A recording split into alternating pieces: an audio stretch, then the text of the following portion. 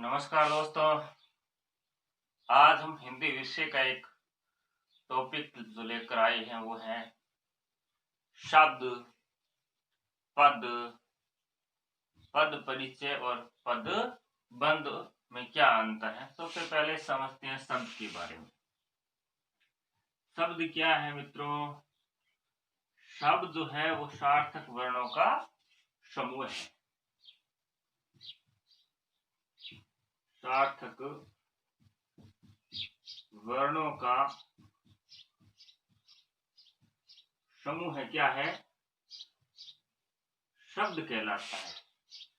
यानी जैसे क वर्ण है, ए वर्ण है, मैं वर्ण है, ले वर्ण है और ए वर्ण है। इन वर्णों को अगर हम मिलाते हैं तो हमारे सामने एक शब्द आएगा कमल। कमल का कोई निश्चित अर्थ है, यानी सार्थक है। ये वर्ण क्या है? अर्थ देने वाले वर्णों का समूह तो होना ही चाहिए। इसके साथ साथ एक शर्त और है कि वो सार्थक होने चाहिए, अर्थ प्रदान करने वाले हो। यानी कमल शब्द है, इसका अर्थ होता है। किसी का नाम भी हो सकता है, यानी लड़के का।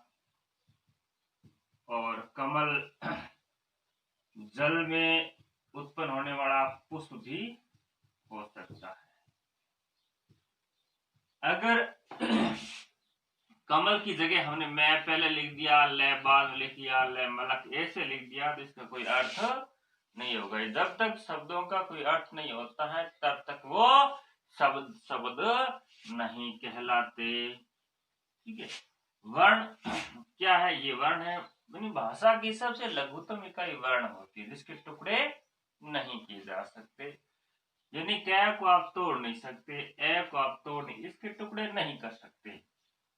अगर पूछा जाए भाषा की सबसे लघुतम इकाई कौन सी है तो आपका उत्तर होना चाहिए वर्ण।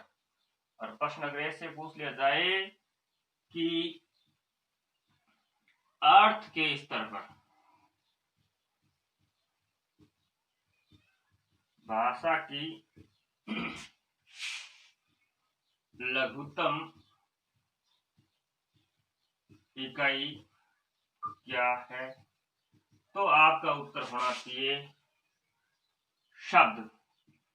शब्द क्या है? अर्थ के स्तर पर भाषा की लघुतम इकाई है। ये कमल शब्द है। वैसे देखो पुस्तक में क्या है? एक शब्द है। पढ़ना क्रिया है, पढ़ता है एक शब्द है, ये क्रिया है। ये हुई बात शब्द की। अब करते हैं शब्द के पश्चात पद क्या होता है। तो मित्रों, जब तक शब्द स्वतंत्र है तब तक शब्द है, और जब इस शब्द को वाक्य में प्रयुक्त कर दिया जाए, वाक्य में इसका प्रयोग हो तो ये क्या कहलाता है? यानी शब्द या शब्दों को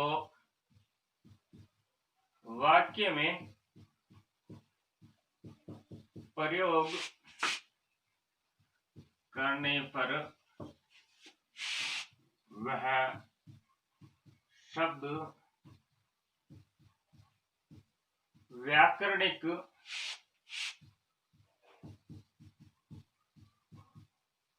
नियमों में बंध जाता है, तब वह क्या कहलाता है? पद कहलाता है। यानी जब किसी शब्द को वाक्य में प्रयोग करोगे तो वो शब्द क्या है कि इस वाक्य के अनुरूप व्याकरणिक कोटियों में, व्याकरणिक नियमों में बंध जाता है, इसलिए वो शब्द नहीं होगा। क्या कहलाएगा? पद कहलाएगा। जैसे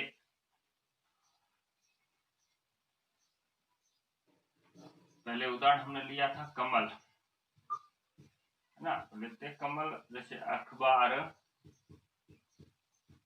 पढ़ता है। देखो कमल एक शब्द है, अखबार एक शब्द है, पढ़ता शब्द है, शब्द, लेकिन ये सब तब तक शब्द है जब इसका वाक्य में प्रयोग नहीं किया जाए। जैसा ही एक वाक्य में इसको संयोजित किया, और ये भी ध्यान रखना है किसी शब्दों को वाक्य में ज्यों करते हो संयोजित नहीं करते, उसका एक निश्चित क्रम होता है।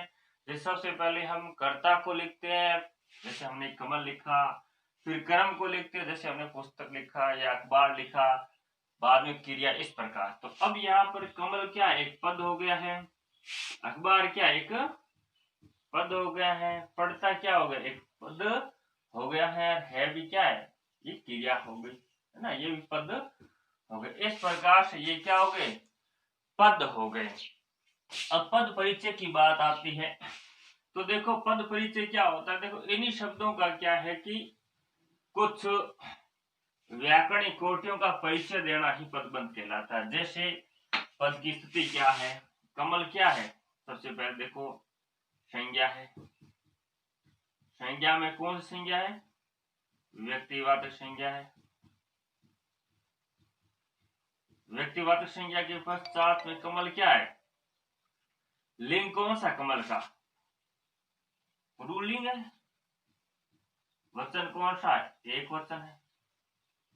तो अगर हम पद परिचय की अगर बात करें तो हमें ध्यान रखना होगा, पद परिचय में पदों का परिचय दिया जाता है व्याकरण के हिसाब से।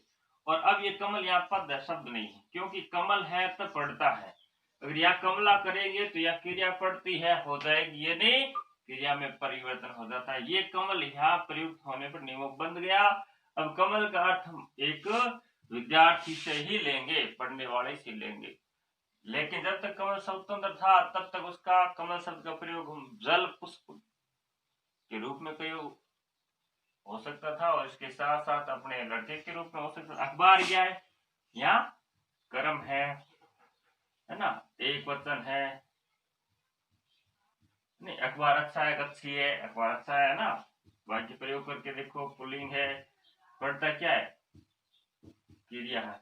इस प्रकार से इनका व्याकरणिक कोटि को परिचय देना क्या कहलाता है, पद परिचय कहलाता है। वैसे हम पद परिचय जब पद के दो भेद विकारी अविकारी पढ़ेंगे, उसके पश्चात संज्ञा सर्वनाम विशेषण क्रिया पढ़ेंगे, विकारी शब्दों को, फिर अविकारी शब्दों में अवयवों को पढ़ेंगे। उसके पश्चात हम इसका विस्तृत अध्ययन करेंगे कि पद परिचय किस प्रकार होता है और पदबंध किस प्रकार होता है। अब बात करते हैं पदबंध की। देखो पदबंध क्या होता है, यानी ये एक आप कह सकते हो पदों का समूह होता है, पदों का समूह होता है। यानी जब वाक्य में बहुत सारे पद मिलकर के एक ही पद समूह बन जाता है, उसका एक प्रतिनिधित्व करता है, क्रिया की सार्थकता प्रदान करता है व्याकरणिक कार्य को। जैसे मेरे बड़े भाई साहब आ रहे हैं।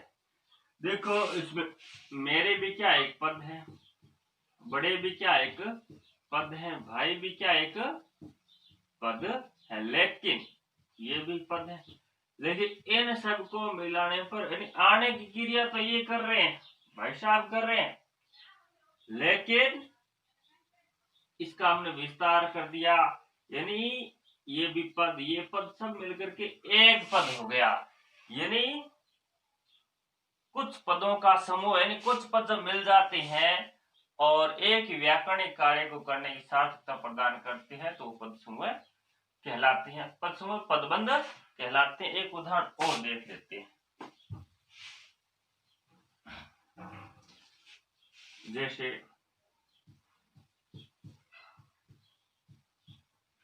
तीसरी कसम शैलेंद्र की प्रथम और अंतिम फिल्म थी। देखो यह फिल्म का जिक्र हो रहा है, ये फिल्म के साथ जुड़े हुए शब्द है, पद है, इसलिए प्रथम और अंतिम फिल्म ये क्या हो, एक पद बंद हो गया।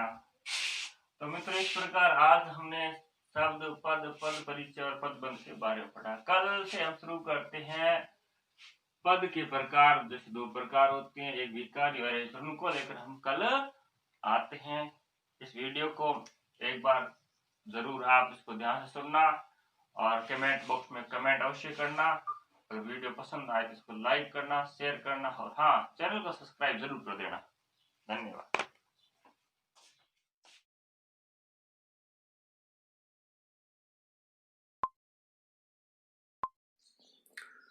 नमस्कार मित्रों, हम एक नया ट्यूटोरियल नोटिफिकेशन ऑल का बटन दबाएं। नोटिफिकेशन